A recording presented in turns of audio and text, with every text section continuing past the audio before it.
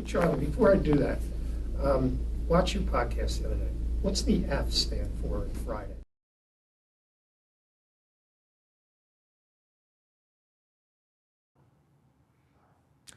Hey everybody, how you doing? Well, that's good. I'm Charlie O'Connor. With me today is Kelly Hinkle. And as one Dan Hilferty explained, believe it's F Around Friday. It is F Around Friday. The F stands for fun and friends. Fun and friends. Yeah. Okay, that's what we're going with? It's for fun, today. It's fun and friends. Fun and friends, Fun yes. and friends. So there is your answer, Mr. Hilferty. It's a very wholesome show, Dan. I think you know that. Extremely wholesome. So thank you so much, Dan Hilferty, for that endorsement. I think that may be the intro for all of our F Around Fridays the rest of the summer.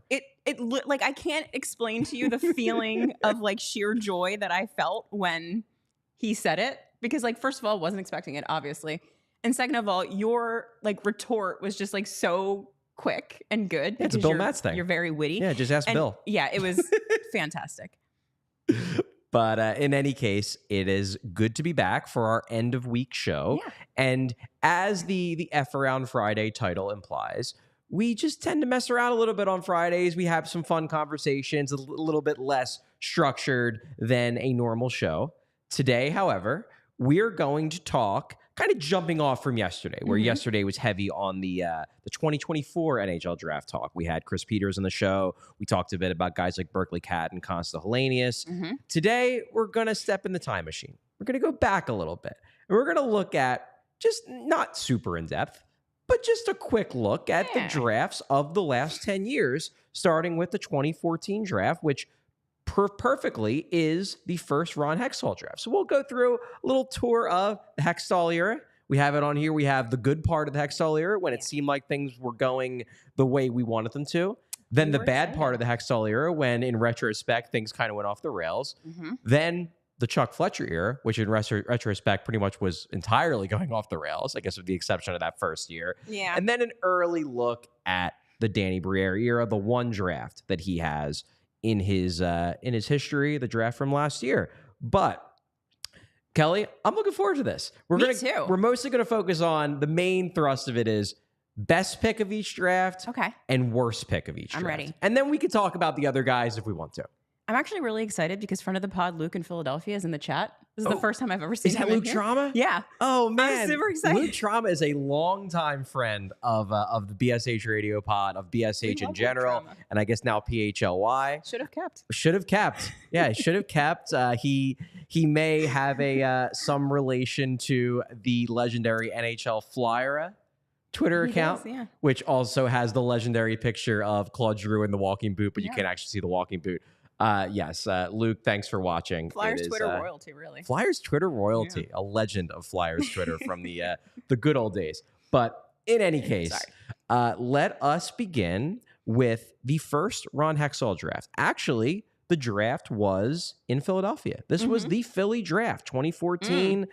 This was the draft where Aaron Ekblad went number 1, and the Flyers tried to trade up for him. Apparently, Florida asked for, I believe, a package that included both Simmons and Braden Shen in addition to draft picks. Maybe there were other things involved. Ultimately, the Flyers could not get a deal done, but they tried. Instead, they go up to the podium and they select Travis Sanheim. So here was the draft class. For those that are not watching on YouTube and are listening via the audio podcast, we had Travis Sanheim with the 17th overall pick in the first round. Second round, they went with Nicholas Aube-Kubel. Third round, Mark Friedman. Fifth round, Oscar Lindblom. Sixth round, Radel Fazliev. And then in the seventh round, Jesper Pettersson. So 6 picks were made in this draft. I would say at this point, we really didn't know what to think about Hextall. We did not. But I remember coming out of the Holmgren era, where Holmgren was using early round picks on guys that just either fought, like the Tyrell Goldborns, those types.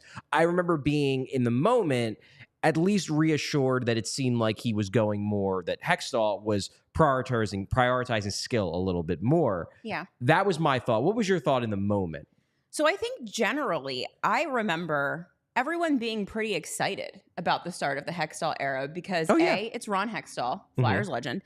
B, the LA Kings teams that he was a part of were built really well and obviously had a lot of success. And there was a lot of kind of talk about like Hextall being one of the main reasons why the Kings were able to build so well, because he was so good at drafting and doing this kind of stuff. So I remember us being pretty excited. I don't specifically remember my thoughts when we picked Travis Sanheim, but I do know that I was generally super high on Hextall. So I feel like I probably watched this draft and was like, yes, this is going to be awesome. And honestly, until the end of the Hextall era, I think that was kind of like my vibe with him. Like, I really thought we were going to do the rebuild, Hextall was going to do it properly, and we were going to come out of this thing on the other side a really good hockey team like the Kings were. And, you know, in hindsight, whelp. Yep. But pretty much whelp. But in fairness, in the moment, even when Hextall was fired, we didn't yet know that, and we'll get to him in a little bit. We did not yet know that Nolan Patrick was a bust. We did not yet know that a lot of these draft picks that we're going to talk about in the next 20, 25 minutes ended up being busts. We still had hopes for the amount of talent that Hextall had accumulated via his drafting. One thing that I do want to point out that's interesting about this draft, because we've talked a little bit about this over the last couple of days, about the idea of late risers and how you don't necessarily trust them. Travis Sanheim actually kind of was a late riser. Yeah. Not to the degree of a Cutter Gauthier, but he was a guy where the production didn't come for him until the second half of his draft year. Okay. And his production on draft day, because I wasn't super into the draft at that point, so when they took Travis Sanheim, I was like, okay, I sort of know that name. But you looked at his numbers and you're like, oh, he's probably more of like a stay-at-home defensive defenseman. And then you delve more into him and you realize, no, he's an upside swing and an offensive defenseman with a lot of really good tools. It's just that he didn't put up great numbers because the first half of the year he was pretty far down his team's lineup, wasn't really getting offensive usage. And then in the second half, it started to click for him. The Flyers kind of took a swing with Travis Sanheim. And I mean, looking at this list, if we're going to talk about best pick and worst pick, I think there's really only two viable options for best pick. And I think it really just depends on what your view of the Oscar Lindblom pick is in retrospect. And if you want to judge the Flyers for what ultimately happened to Oscar Lindblom in his career, or if you want to say it was a fantastic pick and you never could have predicted the guy was going to get cancer. Right. And that's kind of where I fall. I think that if you can go back in time and Oscar Lindblom never gets cancer, like, you're looking at that pick as like one of the best picks that the Flyers have made in decades, because he was so good before he got sick. And to find him in the 5th round, like, that's unheard of. So it's really easy. The thing with, like, you know, hindsighting drafts in general is that it's hard to subtract what you know now and go back to, like, judging those picks in the moment. Because, like, I mean, like, when you sent the outline and I was thinking, like, okay, it's really easy always to look at the first pick that the team makes in any given draft and find a reason why it sucked. Like, you can look at the Sanheim pick and be like, well, they could have taken Pasternak. Right. Like, obviously that would have been better given what we know now. Yeah. But, like, in the moment, clearly Pasternak wouldn't have been a good pick in that moment because he didn't go for, like, 6 or 7 picks after. Yeah, he was, like, later in the round. Yeah, like so, late 20s, I think, if I remember correctly. So it's not like a bunch of teams were thinking David Pasternak should have been a high round pick. Yeah. It was just that he so happens to be awesome. Yeah. It just ended up that way, which is why drafting is wild start to finish. Like, no one really knows what's going to happen with these dudes. But yeah, you can't call the Oscar Lindblom pick bad because of what happened. I just don't think you can. You definitely can't call it bad. And at the very least, you got an NHL, a guy who played significant NHL games and was a productive NHLer for multiple seasons in the fifth round. That's already a win. It's more like if unfortunately he doesn't get cancer, if he stays healthy and builds up that breakout season, because he very clearly, even after recovering, he never came back the same guy. Right. I mean, now he's an AHLer and he's going back over to Sweden to play next year, but he just never came back the same dude for whatever reason. The treatments just, I guess, maybe took that little bit that he couldn't afford to give in terms of his athleticism, his talent, whatever, and he's just not the same guy. But I think that is the best pick of this draft because Sanheim pick is a good pick. And you can never convince me that that's not a good pick because this is a above average NHL player who is still with the organization, who has consistently been a top 4 defenseman for this team. To get that at 17, that is a good pick. I think the Lindblom pick from a process standpoint, because he was a guy who I remember Alex Appleyard talking him up during that draft year on Twitter. He was a guy who was like viewed as a maybe first round pick. He slipped. And he slipped real far, and the Flyers took a swing on skill and on upside. I love that process. And then they get rewarded because it looks like, hey, he's a player. He's scoring a ton in the SHL. You know, he's looking like a guy his first couple years in the NHL. He's a play driver. His underlying numbers are awesome. It looks like he's about to have that breakout offensive year when he gets diagnosed with cancer. To me, that is a great pick, even if we didn't get to reap the full reward of it because the hockey gods or just the gods in general were pissed off at the Flyers and Oscar Lindblom and made him go through a terrible thing. Yeah. Judging the second and the third picks that they made in this draft is kind of interesting because neither of the guys are with the team anymore, which, you know, stinks. We didn't really get anything in return for either of them that was very good, I don't think. No. Nothing of consequence came from either of those trades.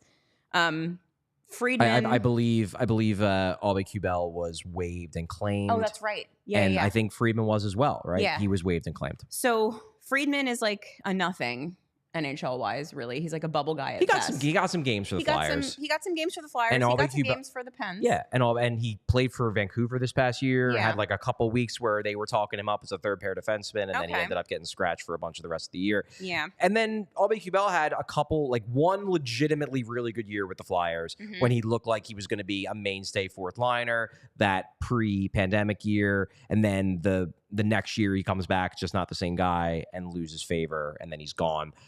I don't think either of those picks are bad, though. Like, obviously, they could have been better, but process-wise, and the fact, like, I don't look at either of those picks and say, man, that was a whiff. It was, hey, they got guys that played NHL games. Would have been better if they would have got guys who were legitimately good NHLers, but I don't think there is an awful pick in this draft. I think it obviously could have been a better draft, but I don't think there is a pick that I look at and I'm like, man, that was bad. No. And that's why I think... It's why I think I always wonder, I don't know if you have this too, I always wonder what would have happened if Hextall had actually been allowed to do his thing. I mean, I think he was mostly allowed. You think so? Yeah. I don't, because I think there's a misconception that he would have blown it up if he would have been allowed to do it. I don't know if he ever wanted to. Okay. I'm unconvinced that he didn't have the same belief that Briere has, which is that tanking doesn't work because you purposely strip the thing down to the studs, your culture goes in the tank, and it becomes really, really hard to build it up from nothing. I've said from the start that the best tanks are the unintentional tanks. Yes. The tanks where you stink on accident and you get really high picks for 2-3 years because you're trying to be good. You just are bad at your job.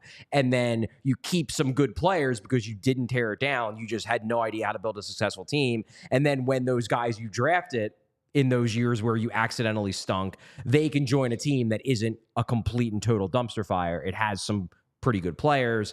Hextall, I think, was in line with that thinking. The big thing is that he didn't really get to finish out his tenure because obviously he burnt bridges and then they pulled the plug because the team had a really bad start to the 2018-2019 season. So in that sense, he didn't get to see it through. But I don't think he would have blown it up from a tanking standpoint if Comcast would have said you can. I think he always felt that tanking was not the right move. On to the 2015 draft. A lot of draft picks in this class. So many. I think at the time, we loved this class. In retrospect, there are a lot of guys on here, especially in the mid rounds, that we had expectations for that did not stick. I'm talking about Felix Sandstrom, Vorobiev, Kasha. God. These are like, this I think in retrospect was a big issue with the Hextall tenure, is that there's a lot of picks in this middle range, and we'll get to Ivan Provorov and Travis Konechny in a second, but there's a lot of picks in this middle range that just like Samuel Dove McFalls, Tomek. The thing I remember about Tomek is that he wore 69 at development camp. Yeah. That was the only memorable thing about Tomek. So obviously we all loved him. There were a lot of picks in the middle rounds that maybe at first glance looked decent, but just provided nothing. Yeah. And then a lot of the middle-ish guys, like Sandstrom had potential at one point. Vorobiev was an NHLer for a bit. Kasha got some NHL time. They just didn't stick. Yeah. And this is where you get into the question of, was it drafting or was it development? Right. In another organization, does David Kasha stick as an NHLer? Does Vorobiev stick? Does Sandstrom stick? Or were they just what they were? Yeah. And this is where I think you do start to question the development just because so many of the picks from this era failed. Yeah. You have to wonder, like, okay, no one gets this unlucky. Like, no one whiffs on this many picks that you expect to be good. And I don't think it was just us that expected these players to be good, because I think this was the era when the Flyers farm system was consistently ranked. This was when they were getting to the point. I think it was after this draft is when the Flyers prospect pool, people were starting to look at it as like, it's legitimately good. Right. And part of that was because you had guys like Sandstrom and Vorobiev and Kasha, where like right after they got drafted, they kept playing well. And you're thinking, hey, these guys might be legit. Like Dove McFalls, it was pretty clear he was nothing from pretty much from like the end of his first year. Yeah. After the draft, you're like, yeah, they missed on that one. But they had guys who looked like they were going to be something and then just never became anything. And that's where you wonder, was it development or was it just that we overrated them from the jump? Probably a little bit of both. Probably a little bit of both, yeah. But look, in the end, this draft is going to be judged on the top two guys. Travis Konechny, I think, clear-cut best pick in this draft. Unless you are in the draft class, the Flyers draft class, unless you are really, really high on Ivan Fedotov and you think that like, well, they were playing the long game and they waited 9 years and ultimately got him. Konechny is the best pick. They get him at 24. He is the best player on the Flyers right now. Yeah. Clearly the best pick. Oh, yeah. Man, the Ivan Provorov pick looks and feels different today than it did even 5 years ago. That's an interesting one, because that's another one where you look at who went after him in the first round. I mean, like in hindsight, you take Konechny at 7 before you take Provorov. Of course you would, yeah. But yeah, you've got guys like Rantanen. Yeah, you've got Rantanen, Werenski. Samsonov. Barzal. Barzal was a guy I really liked at 7. Denis Gurianov. Yeah, it's... And I know that you've argued on several occasions that you think that Provorov's was a development thing because they rushed him and they gave him too much responsibility. Yes, I do. Out of the gate. I do. I think there is another universe where Ivan Provorov is a very good number 2 defenseman in the NHL. However, I don't think in retrospect, looking at what he became and getting to know his skill set better by watching him year after year, I don't think retrospectively, I don't think he ever had number 1 Norris Trophy caliber defenseman potential, which is why in retrospect it's like, man, I wish they would have taken Mikko Rantanen, or I wish they would have taken Zach Werenski or something. I was going to ask if you would today take Werenski over Provorov. Oh, today, absolutely. Yeah, 100% I would say. I mean, I think Werenski's a better defenseman than Provorov today. Would Werenski have dealt with the same shit in terms of developmental problems if he was taken by Philadelphia? Maybe.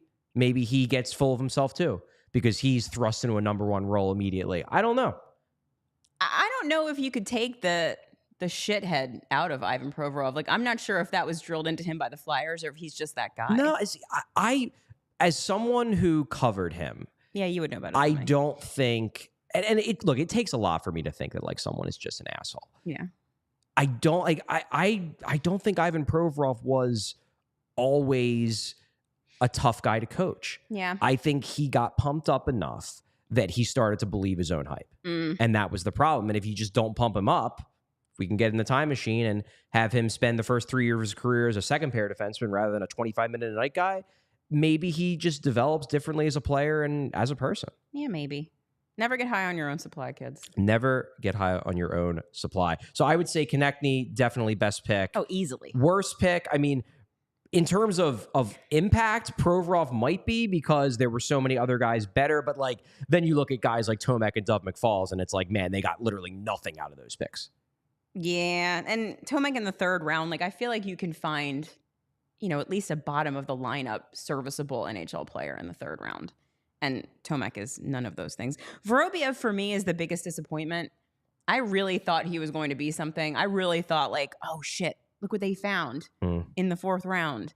No, Was he the guy that was just kind of like a no effort quitter kind of guy, or was that the other Russian guy? No, so Vorobyev's thing, from what I understood, was that basically he thought he was a scoring center. And he could do that in the AHL. If he was going to become an NHL center, he was going to have to accept that he's a bottom sixer because he just didn't have the speed and the skill to be a second line center, but he wanted to play like a second line center, and that frustrated the hell out of the coaches. They frustrated his teammates. There was just a feeling that he thought he was better than he actually was. Yeah. And he could have recalibrated his game to fit in the NHL, but he would much rather just be a top six center in the KHL. And like, hey, that's what he is. So cool. Good for you. What's really interesting about this is it's like you never get to find out about a 10-year-old draft pick like now. Yeah. And we are going to get to find out what Ivan Fedotov is. And it is possible. It's possible that he's a very good goaltender. Maybe. We have no idea, but it'll be super cool if like it ends up that the 7th round pick in the 2015 draft like rescues the Flyers from their own bullshit. Like that would be really interesting if that happens. It truly will be interesting. And I don't really have a nice segue for this one, but I'm just going to It would be cool. And you know what else is cool? What's cool? Sunglasses. Sunglasses are pretty cool. They are pretty cool. And after the show is done, I'm going to be jumping in my car, driving to the shore for the weekend. Jealous. And Kelly, guess what I'll be wearing when I'm driving down? What's that, Chuck? Be wearing those Shady Rays. I bet you will. Shady Rays is an independent sunglasses company offering a world-class product rated 5 stars by over 300,000 people. Their shades have durable frames and crystal clear optics, making them the perfect choice for all outdoor adventures. They have hundreds of options, hundreds of styles to choose from, so you're bound to find the perfect pair. I know Bill loves the aviators. Loves the Shady Rays. I hope it's sunny enough in London for him to wear the aviators while he's out there. I personally am more into the classic look, but they've got a ton of color options. They have this like wood option where it makes it look like they're wooden. Oh, that's cool. Like they got some cool little tweaks to the classic look. So definitely a lot of different styles that you can pick to your liking. And if you don't like your pair of Shady Rays, exchange it for a new pair or return them worry-free within 30 days. Nice. Shady Rays team always has your back, in addition to your eyes. Exclusively for our listeners as well, Shady Rays giving out their best deal of the season. Head to shadyrays.com and use code PHLY for 35% off polarized sunglasses. Try for yourself. The shades rated 5 stars by over 300,000 people. 35% off is a lot. It's a pretty big discount, huh? Especially for the summer. Yeah. I'm jealous that I can't participate because of my cursed vision. I need prescription sunglasses. I'm sorry, Kelly. Thank you. I'm glad I did the ad read then. Yeah, great. Exactly. Now we are going to move in, because I think these first 2 years, especially in the moment, it felt like Hextall was drafting well. It did. You know, he got Provorov and Konechny. I believe the next day was when he traded Pronger and Grossman. It was that same week when he got Ronaldo traded for. Oh, that was the Ronaldo the trade. masterclass. Everybody was feeling great about Hextall. Yes. 2016, I think, is when you start the turn. The skepticism starts coming. Yeah. The 2016 draft was a lot of picks. They make a lot of picks. It really, in retrospect, was a bad draft. This is a bad draft. The one pick that the Flyers were going to be able to hang their hat on, and Hextall was going to be able to well, at least we got Carter Hart. And then Carter Hart gets charged with sexual assault. And at the very least, I think his Flyers career is over. There is a non-zero chance his entire NHL career is over. Yes. Because, number one, even if he's cleared, I don't know if anybody's signing him. And certainly if it turns out that he's found guilty, then he's going to be in jail, and he would deserve to be. But looking at this class, Hart was always the guy who you could look at and say, well, they got something out of it. But going through this class, oh man, we got the Germ, who I don't know if he was never that skilled, because there were brief periods where he would show something, and then he got hurt. He would show up for camp and not seem like he was fully engaged. He was the lazy one. No, he was the guy, and I don't think this is true, but he was the guy who Flyers Twitter decided that the reason why he stunk was because he was addicted to video games. Oh my my God, that's right. Because remember, Jeff Marek put in one of his podcasts that like there's a prospect taken, and he like kind of like was vague about it, and it looks like he's going to be a bust, and people think he's addicted to video games, and Flyers fans decided that was the germ. That was the thing that was the Rubtsov connection. I have no idea if that's true or not. I know the Flyers Twitter just collectively decided that he was addicted to video games. But even going beyond that, you've got Pascal Laberge, where he gets taken before Alex DeBrincat. That's rough. Laberge, I do not know if he would have been good or not had he not suffered the really bad concussion. Yeah. He had the really bad concussion in his draft plus one season, never really was the same guy after. Yeah. I really liked Wade Allison as a prospect, but hey, now he's an AHLer. He got traded to Nashville, and they didn't seem to see anything in him either. So maybe that's just all he was. He also dealt with injuries. I'm going to continue to believe in Wade Allison. I love him. He was so fun. Yeah, he's a fun player. I think if Torts hadn't decided that he was bad, maybe he would have gotten somewhere. And maybe this speaks to, again, player development issues. Maybe. Then you've got two picks that I didn't like at the time in Carson Twarynski and Connor Bunnaman. The Bun Man. To me, that they were both lower upside picks rather than the bigger swings that I prefer in the mid rounds. Twarynski's claim to fame is that he was the guy that got taken in the expansion draft by Seattle. That's right. And Connor Bunnaman had some moments. He played a little bit, but ultimately is a AHL caliber player. Linus Högberg, I liked for a bit. Tanner Lazinski, I liked for a bit. He still produced for the Phantoms last year, but doesn't look like he's an NHL player, at least not in this organization. Salonitri never really amounted to anything. I don't believe he even got signed. I definitely know who that is. David Bernhardt was just a big Swede who never really developed because the skating wasn't there. In retrospect, holy crap, this is a bad draft class. Yeah. When when the one good pick, undeniably good pick, like might be a rapist. Yeah. Yikes. To be fair, he wasn't when they made this pick. That is fair. That the incident happened after the draft. Yeah. So it's not like they made the pick with the knowledge and that's why he slipped. No, that happened after. But I mean, the Rubtsov pick in retrospect looks horrible. Yeah, I'm looking at this. Might be the worst one. Probably the worst one. I'm looking at who went after him. I guess it wasn't a particularly strong draft, it looks like. We could have had Tage Thompson. That would have been neat. But it took Tage Thompson years to become Tage Thompson. We would have quit on him ages ago. Oh, they would have traded him the same way that St. Louis did. Without a doubt. Yeah, the germ was just not a good pick. It's just one of those things that where I'm looking at this. I mean, I guess Trent Frederick, maybe? He's fine. Yeah, I mean, it wasn't a great draft. That is true. No.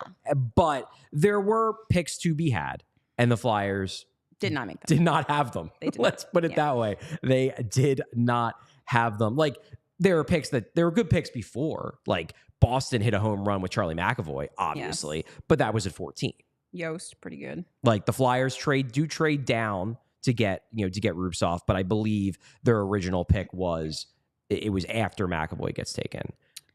I know Steph at the time loved Jacob Chychrun. That was the big fear, is that they were going to pick Jacob Chychrun. I still don't like him. I don't understand. I think he's a good defenseman. I don't think he's a great defenseman, but he's a solid top four defenseman. Whatever. And the Flyers have been linked to him a little bit over the last few months. All the time, I feel like we're linked to him. Probably just because of his dad, but... you are right, though, that this was a weak class. Yeah. The big miss is DeBrincat. Yes. Like how did he slip to the second round? How? Because he's small, Charles. Because he's small. That is the reason. Which, again, this goes back to the conversation we had yesterday. Like, could we learn a single lesson? Small does not equal bad. Small could be quite good. Like, we could have Alex DeBrincat if we weren't scared of dudes under 6 feet tall. Yeah, this is true. You're not wrong. Respect the short kings. Respect the short kings. Okay, so 2016 draft, at the time, there were multiple guys who you thought could be something. In the end, pretty much no one other than Hart became anything. Yeah. Bad class. Then we get the 2017 class. Hoo boy. Okay. Oh. The Noah Cates pick looks real good. It does. And the Morgan Frost pick looks fine. Yeah. Like, get a legitimate middle six center at number 27. Not bad. Solid pick. Both solid picks. The rest of the class. God, that Ratcliffe pick. Hoo boy. Yikes. look, we've litigated the Nolan Patrick pick so much. Obviously, everyone knows they would have been better off taking any of the 3 guys that were taken after Nolan Patrick. And the failing of that was the fact that Hextall was told by the majority of his scouts, take Heiskanen. Yeah. And instead, he was like, no, Patrick's the guy. We need a center. I've got the Brandon Wheat Kings connection. We're going with Nolan.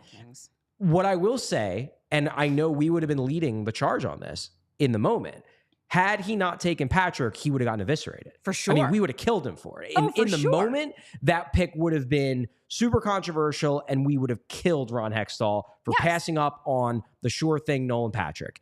However, I guess this is what separates the not great GMs from the great GMs, is that the great GMs have the guts to deal with the fallout if they think that's the right pick. Yes. And one thing that came to mind for me when we were talking with Chris Peters yesterday, and then when we talked about the segment afterwards. Yeah. You said about the fact that it makes you feel good that Danny Briere seems to be on the ground with his scouts. One benefit of that is I do wonder if you put Danny Briere in the same position where most of the scouts are telling him, take Heiskanen, I think he's more likely to take Heiskanen. I think so too. Because he has a closer relationship with the scouts. He trusts them more. He's been there. Right. He's been doing it. And if the scouts tell him this is the guy, I think he's more likely to trust him. Yeah, and being on the ground with them, he would have had the opportunity to know precisely why they were telling him to take Heiskanen. Yeah. And it wouldn't just been, like empty advice that you had no firsthand experience with. Like he probably would have at some point seen Heiskanen play with his own eyes and understood why they were telling him to pick that. Looking at this list, like Licksell in the 6th round is not a bad pick. It's a fine pick. I mean, he's probably a quad A guy, but in the 6th round, sure. Wyatt Kalynuk, I know they didn't sign him, but he got a look with Chicago. I think what the linking feature about Ron Hextall drafts, and this is why we get into this big, is it player development or is it drafting? Most of the guys he took that didn't pan out had stretches after being drafted where it looked like they were going to. Like Isaac Ratcliffe scored 50 goals one year in juniors. Right. Kirill Ustimenko had some moments. Matthew Strome scored. Shishko had a good World Juniors for Belarus, I believe. Like Licksell had moments in the SHL, and he's now still maybe an NHL player. I guess we'll see. Even going back to the last draft class. Allison, Turinsky, Bunneman, Hoegberg, Lazinski, all of these guys at one point looked like potential NHLers. And not just before the draft, after the draft. It's just that none of them actually got there. Yeah. And I think it's pretty clear at this point to anyone paying attention to the Flyers that they had both a development problem and a medical staff problem. True. And this new front office, it essentially acknowledged that by kind of wholesale replacing at least the medical staff. They brought in that new guy. It was pretty clear that the Flyers organization during this time period had a lot of problems behind the scenes that I think a lot of people weren't privy to because, you don't really hear about the development staff a lot of times. You don't really hear about like who's doing the training for these guys until all of a sudden, wait, everyone's getting hurt. Everyone's getting core muscle injuries. Yeah. Like what's going on here? Yeah. And there's a reason why experts outside of the Philadelphia area, national media guys, hockey guys, Canadian media dudes, like they were all ranking the Flyers prospect pool extremely high because, as you said, all of them looked good for a stretch of time after the drafts, and then they just dudded out. Yeah, they just topped out, and they never reached that point that you thought they might reach. Right. And it just added to the frustration because it also adds to, I think, why fans are so jaded right now. Yes. Because it's like they feel like they were sold a bill of goods on these prospects. And I don't really think that's true because it's not like the production wasn't real. Mm-hmm. It's just that a lot of these guys who were like 50-50, maybe they'll work, maybe they won't. It all came up tails. Everything came up tails. Every single one, which is why it has to be a process problem because that doesn't happen. Everything's 50-50. Eventually you hit on one. Eventually hit on something. And obviously this draft, in retrospect, the big painful thing, and this was very painful, especially this season, is you look at Dallas and you have Dallas takes Heiskanen right after Patrick. they take Ottinger right after Frost, and they take Robertson basically right after Ratcliffe. And in one draft, they changed the fortunes of their franchise, and in theory, the Flyers could have had all three of those players. It's rough. It's rough. When I think about that, I just end up staring into the middle distance. It's not good for podcasting. But yeah, it's hard to look back on the Hextall era and think of it wholesale as anything other than a failure, which really sucks, because I do think that with just like a few tiny tweaks, like you really could have made something. Which is why I don't like when people argue that Briere is just doing what Hextall did, and they say that in a derogatory way. I don't necessarily view that as a bad thing, because I think what Hextall did could have worked. Yes. It just didn't. But it wasn't that the plan was inherently flawed. It was the execution just wasn't there in multiple ways. But also, is Briere even doing what Hextall did? I mean, in a way, in that he's not tanking, he's not bottoming out, he's not selling everyone just to, gut the thing and then try to pick in the top 5 for 3-4 straight years. The way that I could talk about this for the rest of my life, how many teams actually do that? Very few. The Blackhawks did. The Blackhawks did. Yeah. And honestly, it's going to remain to be seen if it actually works. Because, until this year, the Oilers had shown that you can get a whole fuck ton of top picks and you can get the best player in the world and you're still not going to do anything. And they might not win this year either. We'll see. Florida's pretty good. So it's just could we stop acting like teams tearing it down to the studs is a thing that actually happens in the modern NHL all the time and the Flyers aren't doing it? It's not a thing. What I've always said is that the tanks, the accidental tanks, that work the best are the ones that were done by accident. Yes. Or maybe you did it for 1 year. Like Toronto purposely bottomed out 1 year. Yeah. The other years where they picked all their other studs, they were trying to win. They were just dumb. Thanks, Chuck. We're going to talk about Chuck, but thank you, Chuck, for the accidental tank. So before we get to our next ad read, I want to finish out the Hextall era. Okay. So we have one last draft for the Hextall era, 2018. There are some picks in this draft that look good. Joel Farabee, a perfectly solid 14th round pick, or 14th overall pick. I think so. Sam Ersson looking like a really good 5th round pick. Yeah. I think it's very obvious who the worst pick in this draft is. Jay O'Brien. Oh, Jay O'Brien. You motherfucker. Jay O'Brien. Why were you picking high school kids, Ron? In a way, this was a big swing pick. Yeah, it sure We was. want them to take big swings. It was a big swing. It was just an embarrassing whiff. And I think for me, at the time, what was frustrating was that I thought there was another big swing player available that wasn't as risky, but had basically the same kind of reward in Keandre Miller. And that's right. This is the Miller pick. Yeah, I thought they should have taken Miller, and in retrospect, 100%. they really should have taken Miller. Yeah. Yeah, they really should have. That was rough. Honestly, you know what they should have done? They should have traded up and got a Brady Tkachuk. Why didn't they do that? Yeah, why didn't they do that? That would have been brilliant. That's what I would have They done. had 2 first-round picks. Exactly. But the rest of this draft, too, I think what really rubbed me the wrong way, and I remember writing about this in the moment, what really rubbed me the wrong way about the rest of this draft is that it just seemed so low ceiling. Adam Ginning, they were basically drafting Robert Haig purposely. Whereas when Holmgren drafted Robert Haig, it was the hope that he could be a two-way, he can score and he can defend. And then they turned him into a defense-only guy. Yeah. Whereas with Ginning, he was always only a defense-only guy. That's just what he was, and they spent an early 2nd-round pick on him. Jack St. Ivany, I believe, if I remember correctly, was an overager. He had gotten passed over once in the draft. Wyatt Wiley, 5th-round guys who were small and are Canadian Hockey League guys. They usually don't pan out. Gavin Hayne was a whatever. Marcus Westphal was big. It was a very uninspiring draft from the jump. And I said this as somebody who really, really liked Joel Farabee. Joel Farabee was my guy. He's who I wanted them to take at 14. I was thrilled. Yeah, I remember Steph was real high on him too. The rest of this draft, I hated from the jump. And with the exception of Ersson, who was one of the only guys where at the time I was like, I know nothing about him, but sure. Take a goalie. Take a flyer on a junior Swedish goalie who maybe you have more information about than everybody else. The rest of the picks, I was like, well, this is really, really underwhelming. And it proved to be really, really underwhelming. and it ended the Ron Hextall era. And honestly, like, well earned on the way out the door, bud. Like, you really blew this one. Oh, yeah. He sure did. Kelly, after looking at especially these last 3 draft classes from Ron, I think I need to chill. You know what? I think we all need to chill. We really need to chill. We really need to chill.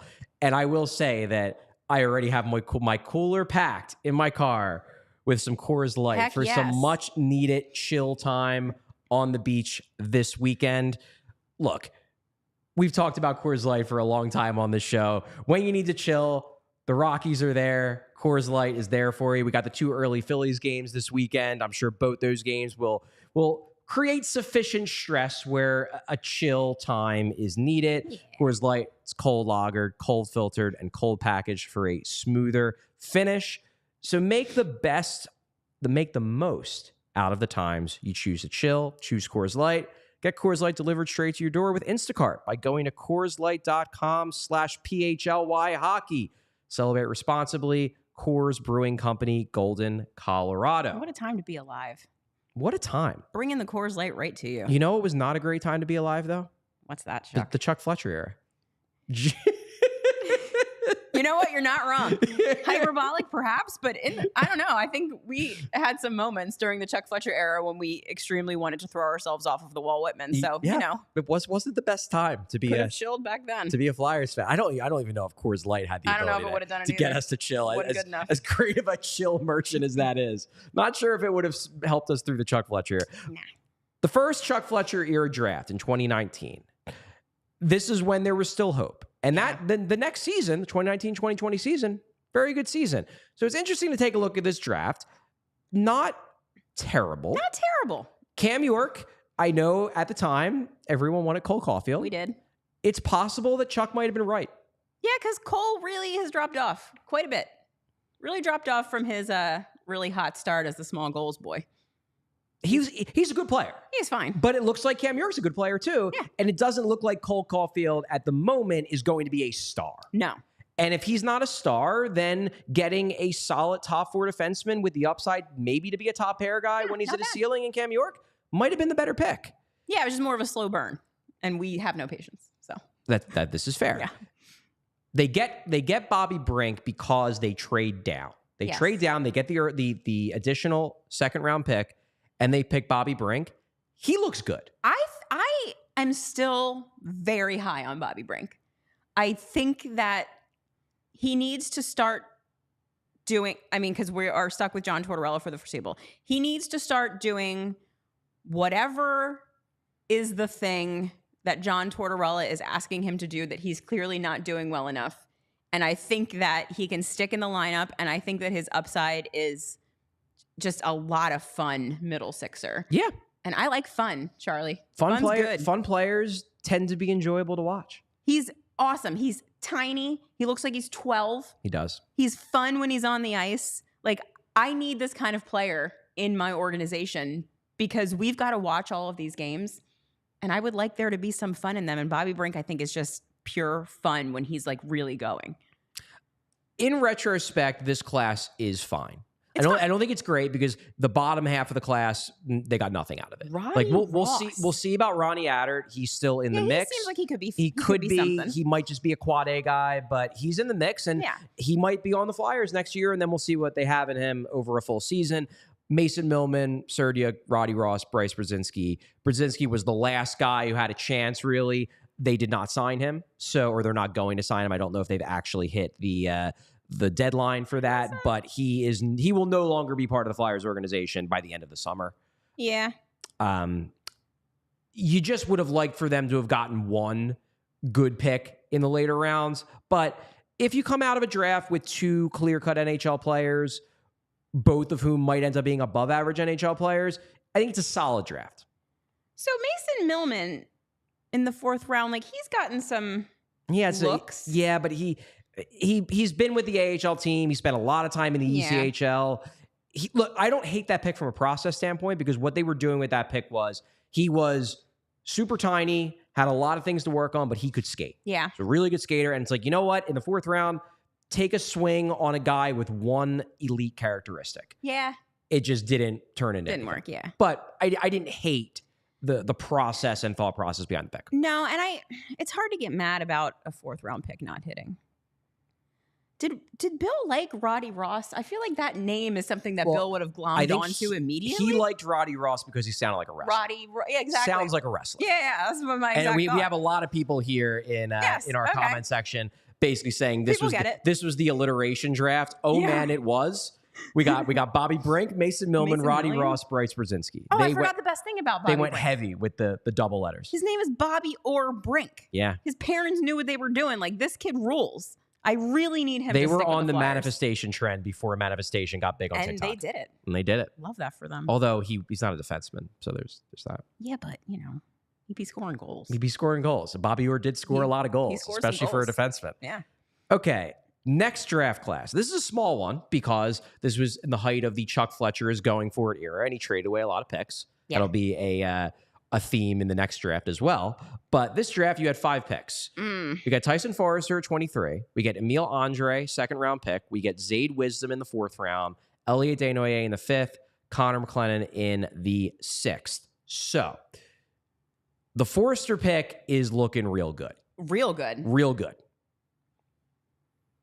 That's about this. I mean, I guess Andre has the possibility. I still believe to in be Andre. something you do. I do. The Zayd Wisdom pick was... I think it was a fun pick at the time. It was, and I really like the kid. He seems like a good kid. He seems like he's fun, but he's not very good at hockey. He was really exciting in that first year after the draft because remember the OHL, I believe it wasn't playing. So he got to play in the AHL when normally he wouldn't be able to. And he looked good. Yeah. And you're like, shit, they might have a steal here. I don't know what happened to him from a developmental perspective, but he even looked good at camp last year. At Flyers camp. He was impressive. He stood out in the rookie games. He stood out in the early portion of camp. Okay. And then he just didn't do anything with it during the season. So I'd love to see him turn it around. But at this point, you would have to say it would be a surprise if he does. Yeah. Desnoyers could be something. I liked that pick because Halifax. He was a moosehead. Yeah. Which makes me like him instantly. Obviously, he had the scoring dip this past year. He did. But he looks like he could be a solid bottom sixer. Maybe. I think he could. I still believe in him as a good bottom 6 player. And another one who has the potential to be a lot of fun. Okay. Because he was super fun in juniors. But, right now I do think that he's got a bit of a road in front of him if he wants to make it to the NHL. And I hope that he does. So that pick, I think you could call that a good pick in the 5th round. Oh, I think it's a really good pick in the 5th round. Even to get a guy who still has a chance. That's true. It's a good in pick. The 5th round, yeah. Connor McLennan, he scored a lot. Definitely the Flyers know who he ultimately is. decided that they didn't want to offer him a contract, so that's a no-go. Wisdom is right now looking like a bust. You're hoping that maybe he bounces back, but he's had quite a few down years in a row. I'm not sure if he will. To only have 5 picks and to potentially you definitely have one clear-cut NHLer, and you could end up with 3. This is a good draft. Yeah. Talking it out, it's pretty good. And given the fact that this was 2020, I mean, this was a weird draft. The next draft is even weirder because obviously everyone was, there were some guys who didn't play. It was an odd draft. But I think Fletcher and Brent Flair, the assistant general manager who pretty much runs the drafts still runs the drafts for the Flyers, but ran them for Chuck, I think they did well in this draft. As well as they could have given the limited draft pick resources they had going in. Yeah, I was getting ready to say, maybe we should give Chuck a little bit more credit for his drafting, but now I'm looking ahead at 2021 and I'm taking it back. So before we get to 2021, though, I do want to talk to you a little bit about TrueMark Financial. Look, the Flyers in the 2020 draft, they may have been aiming for some added wisdom. But I'll tell you something that would show real wisdom. What's that? Banking with our friends at TrueMark Financial. Right. So what makes TrueMark different from your average bank? It's a credit union. And when you join a credit union like TrueMark Financial, you become part owner, which means profits come back to you instead of going to shareholders. And a credit union, it comes with that personal touch in a way that the big banks just don't. You're not dealing with a faceless monolith. You're dealing with real people. You're dealing with people who you can go to. You can go to the branch. They can talk to the people who run the bank. in an hour, rather than it being some gigantic corporation that runs the whole thing and you're never going to actually have anything remotely resembling a personal touch.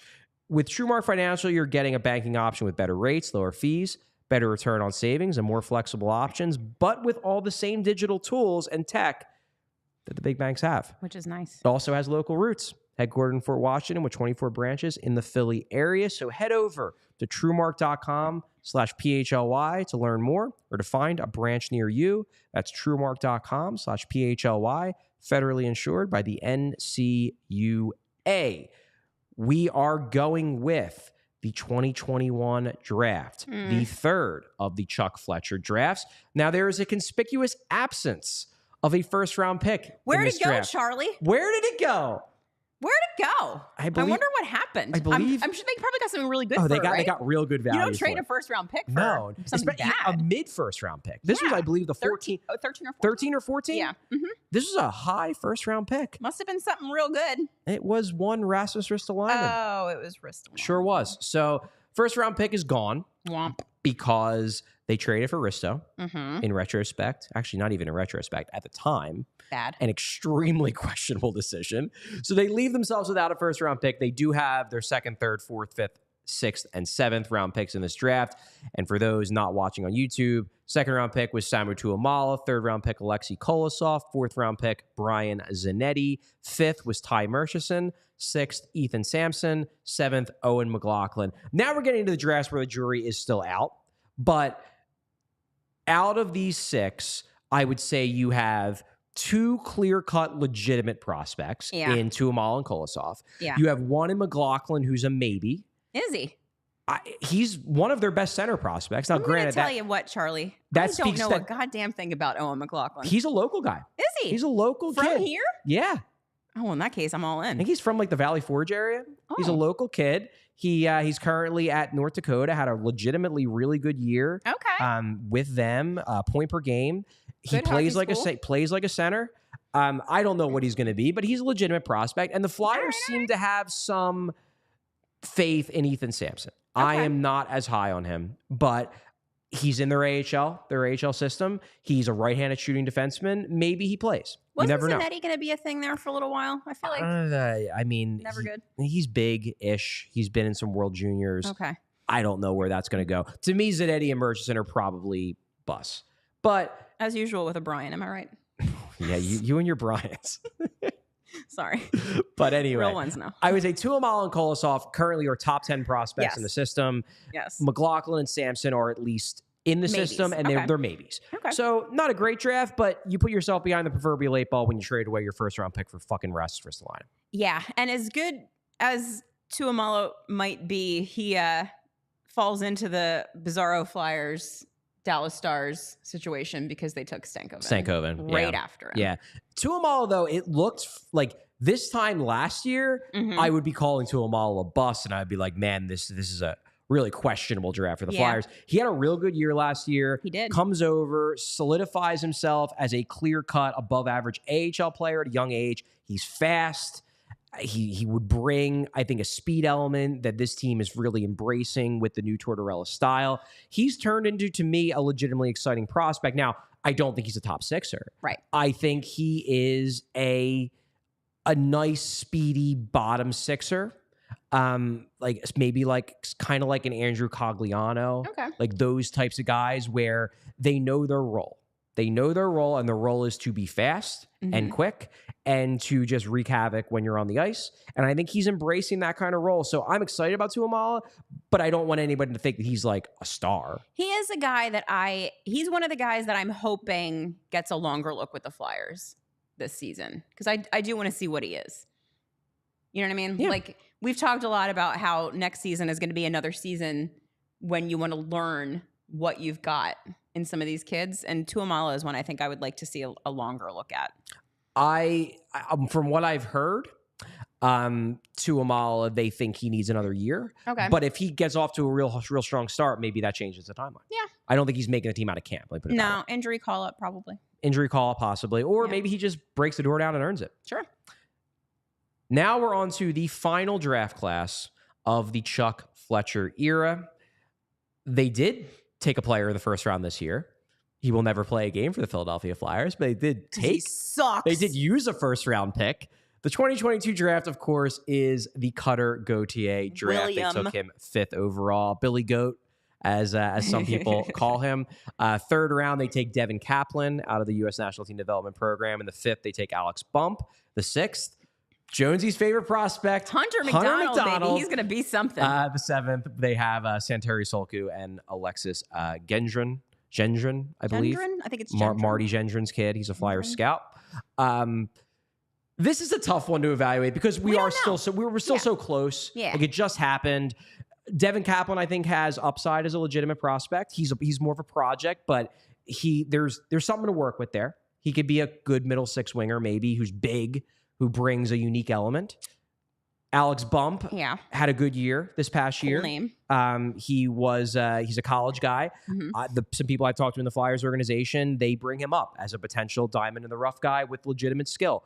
And then the Flyers clearly think Hunter McDonald can be a NHL caliber defenseman, bring that nasty, mean element that Jonesy and the gang thinks they need. The way they are obsessed with Hunter McDonald, like the way they are pushing him on us, like I'm fascinated by him just because I need to understand why you are so obsessed with this 6th round pick. I know he's big, but this front office doesn't seem to be like they're going to just be like, oh, big, must have. Like they don't seem like these guys.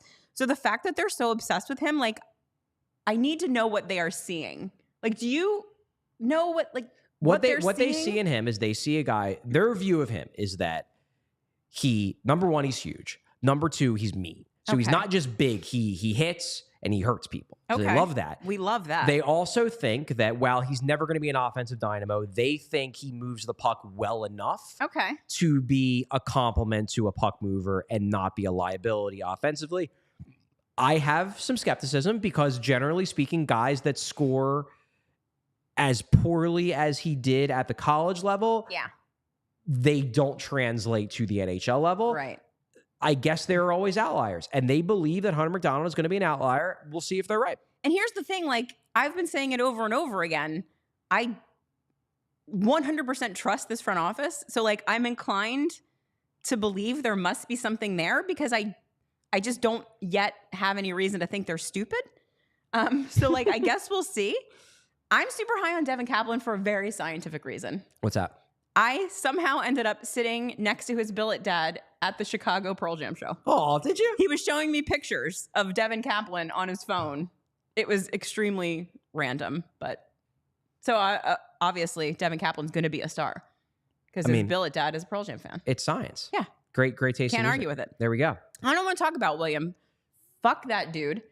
I mean, here's the thing about William. So at this point, I know that people still think that this was a Danny Briere failing, but the way that you have explained this to me on several occasions and as you've done on this show, it's clear to me that he's just a dick. He's a dick.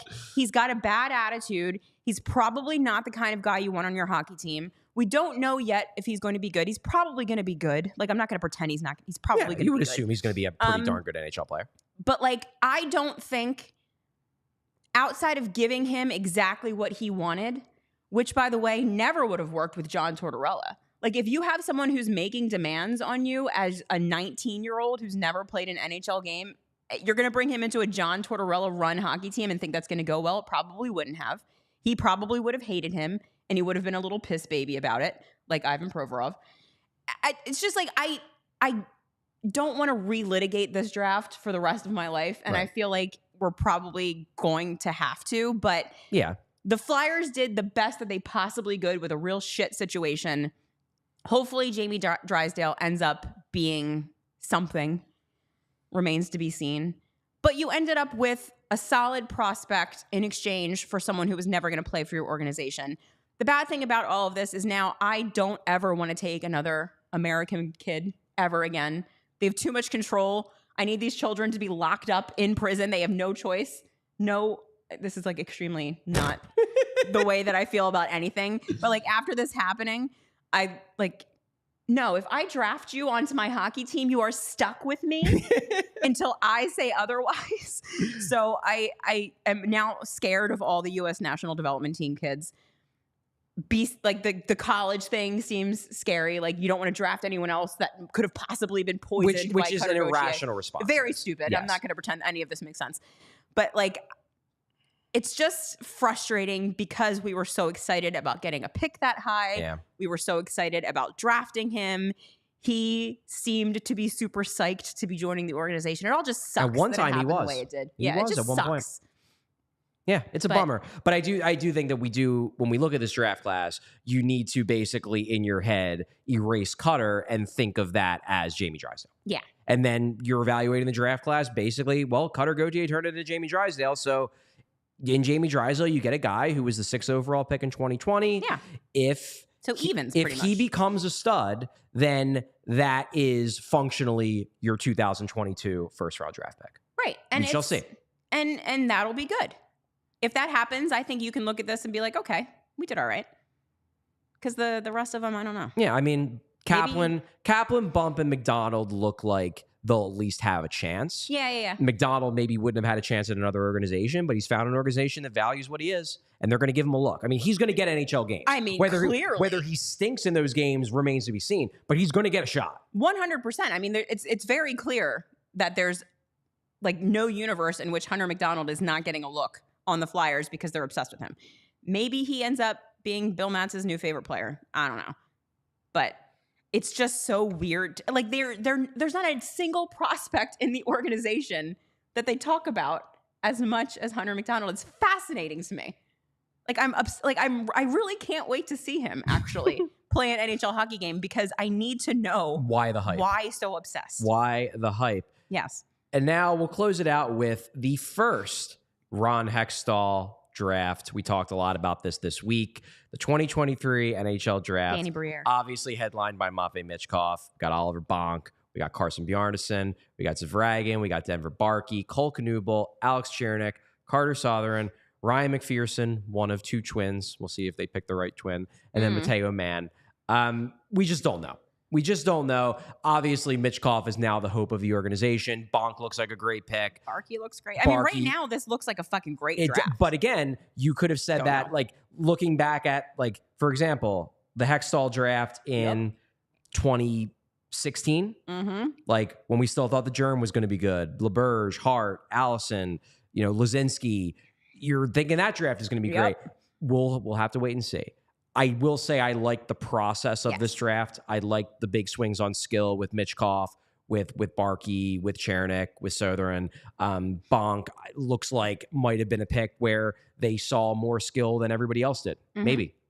And then Zvragin, I really like that pick because that's the kind of pick where you flex your scouting muscles a little bit, where the Flyers, because they have money, they can afford to have a Russian scout in Russia. The way that most teams don't. And they can afford to have that guy watch a Zvragin and say, this guy's for real. Those are ways around the salary cap. Exactly. Where you have the ability to just scout you have a larger scouting footprint than most teams can. And maybe they found a stud in Zvragin because other teams just didn't watch him as much as the Flyers did because they couldn't, because they don't have the money. Right. And this is where, once again, like, people who think that Comcast owning the team is bad. No, it's actually good, because when like one dude owns the team, you end up, with a Dundon who, is looking at the bottom line. The Flyers, the entire Flyers organization is like a rounding error for Comcast. Like it's so little money to this company in the grand scheme of things that, like, they're not going to give a fuck if you're spending $150,000 a year to pay a scout to watch games in Russia. They don't know what that money, like, that's like pennies to them. They don't care. So this is where people need to understand that, like, sometimes a giant faceless corporation is a good thing for owning your hockey team, because they don't give a fuck about this money. It's nothing to them. I mean, I don't disagree with you. Yeah. So we shall see how the Danny Briere draft class plays out. I think it's going to be good, over Charles. the long term. We're going to, in the next couple weeks, have another Danny Briere draft class to break down and analyze. But this is a good F around Friday. But before we go, want to talk to you a little bit about what we're building here at PHLY. It's a really exciting time to become part of the PHLY community. First off, become a diehard. I published another story this morning. This is a breakdown of the potential options, I would say, the most likely options at number 12. We have John Fisher saying that a mock draft had the Flyers picking Michael Hayes. Love Michael Hayes. Do not think he is a viable option at 12. But there are about 12 or 13 players who I think are, in terms of being in that second tier after Macklin Celebrini. I broke down for our diehards the case for and the case against every single one. So check that out. Become a diehard. We also, over the last couple of days, we had a deep dive from Zach Berman on the report of Jeffrey Lurie maybe selling some of his stake in the Eagles. We had a column from the legendary Les Bowen about the Eagles' late season collapse. So it's not just Flyers coverage you get if you sign up to become a diehard. You get coverage of all the Philly sports teams and the best coverage around. And that's just the diehard stuff. We also have so many events for people who want to become part of the PHLY community. We have the PHLY First Annual Liberty Open, July 13th at Valley Brook Country Club. Scramble format, sign up as a single, as a group of 4, sponsor a hole. There's so much you can do. We got tournament gifts and tea prizes. We got Taste of Philly dinner, post-round ceremony, unlimited draft beer for 2 hours after the round. I will be there. Then we've got our Phillies watch parties coming up this weekend at Gall and Company on Saturday, so tomorrow, and then on Sunday. So sign up for those on phly.com. And then, what do we have, Kelly? We got the draft party. We got the draft party. So this is super exciting for us. So it's the 7th year that Broad Street Hockey has thrown a draft party, and the first year that we are getting to do it with the PHLY team, which is awesome because everyone here rules. Charlie and Bill, the best in the business. And this is going to be awesome. So we're doing it at the Bet Park Sportsbook, which is at 700 Packer Avenue. So pretty much the same setup as we've been doing the last few years at the live casino. Tons of parking for people coming from the suburbs. Easy to get to on transit if you're in the city. It's going to be a lot of fun. We're going to have some giveaways from the Flyers. We're going to have food. There'll be drink specials. Like, it's going to be as fun as it always is. There's nothing, I've said it a million times, there's nothing better than watching Flyers stuff in a room full of Flyers fans. And this is an exciting time to be a Flyers fan. It's another, like I said, this is going to be another bit of finding out information. So we can all be in the same room to either be really excited about what Danny Briere does or be really pissed off. It's always more fun to do either one of those things with your friends. So I hope that people come out 6 o'clock, June 28th. It's going to be a lot of fun. Charlie will not be there because he's cool and he will be in the light up ball. I will be covering the draft in Vegas, but maybe I'll find a way to call in. Ooh. We'll see. Hell, you'll get me and Bill. Yeah, and this is it's really a tradition. Yeah. I mean, this has just become, I feel like, for a lot of people, they go every year. Yeah. And we'd love to open it up to even more people. Yes, exactly. I'm hoping that we get some new faces, even more people coming with the PHLY fam joining in. It's going to be awesome. Exactly. And for JH, no, it's not the Square Casino in Ben Salem. No. It is the Park Sportsbook in South Philly. On Packer Avenue. Yes. On Packer Avenue. We're talking about like relatively close to the arenas. Yes. Very close to the arenas. Very easy to get to. And like I said, tons of parking if you're coming from the suburbs. Also, wanted to mention PHLY Flyers is presented by Mortgage CS. Check out mortgagecs.com/PHLY to start your home buying process today. Company NMLSID number 1464766.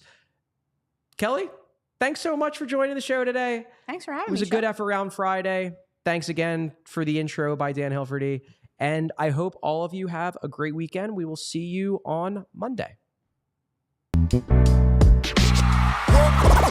all silly like the mayor.